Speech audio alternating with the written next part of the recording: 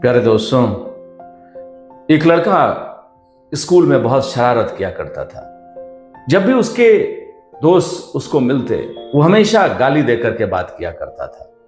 और गाली देने की उसकी आदत इतनी खराब हो गई कि एक दिन वो टीचर पर गुस्सा हुआ और उसने अपने क्लास टीचर को गाली दे दी। क्लास टीचर को गाली देने के बाद जैसे वो क्लास से बाहर निकला, उसे महसूस हुआ कि मुझे ऐसा नहीं करना चाहिए था। वो वापस गया क्लास टीचर के पास और उसने कहा कि सॉरी सर, मुझसे गलती हो गई। क्लास टीचर ने कहा कि कोई बात नहीं, ये ढेर सारे कबूतर के पंख यहाँ पर हैं, इन्हें इकट्ठे करके ले जाओ और जो बाहर चौराहा है, चौक है, वहां रख के एक जगह पर आ जाओ। चूंकि लड़के ने गाली दे दी थी और उसने सॉरी भी कहा था, वो शर्मिंदा भी था, वो उन कबूतर के पंखों को लेकर के चौराहे पर गया और वहां उसे एक जगह रख करके वापस आ गया।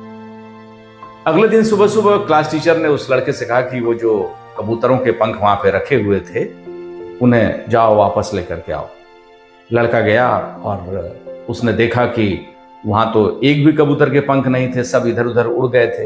इकट्ठा करने की कोशिश की तो जहां 60-70 कबूतर के पंख थे, उनमें से सिर्फ उसे 3-4 ही मिले।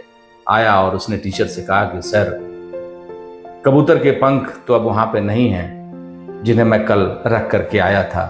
टीचर ने कहा कि ठीक वैसे ही जैसे कबूतर के पंख तुमने इकट्ठा किए, कल ले जाकर के चौराहे पे रखा, आज लेने के लिए गए तो सारे पंख उड़ गए थे, उनका कोई फायदा तुम्हें नहीं मिला कि तुम उन्हें ला सको। ठीक वैसे ही जब तुम अपनी जुबान से किसी को गाली देते हो, एक बार तुम्हारी जुबान से गंदा शब्द निकलता है तो दूसरे के दिल में तीर की तरह लगता है।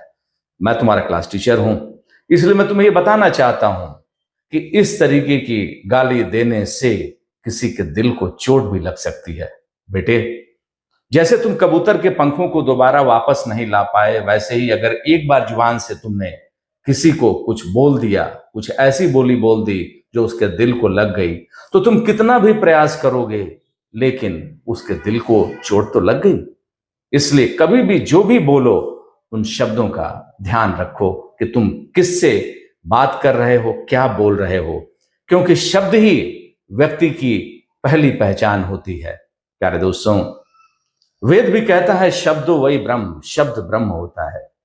अक्सर ज्यादातर लोग कड़वी बातें करते हैं, टेढ़ी बातें करते हैं, ज्यादातर लोगों को कष्ट पहुंचाने में उन्हें आनंद आता है, पर ऐसा होना नहीं चाहिए।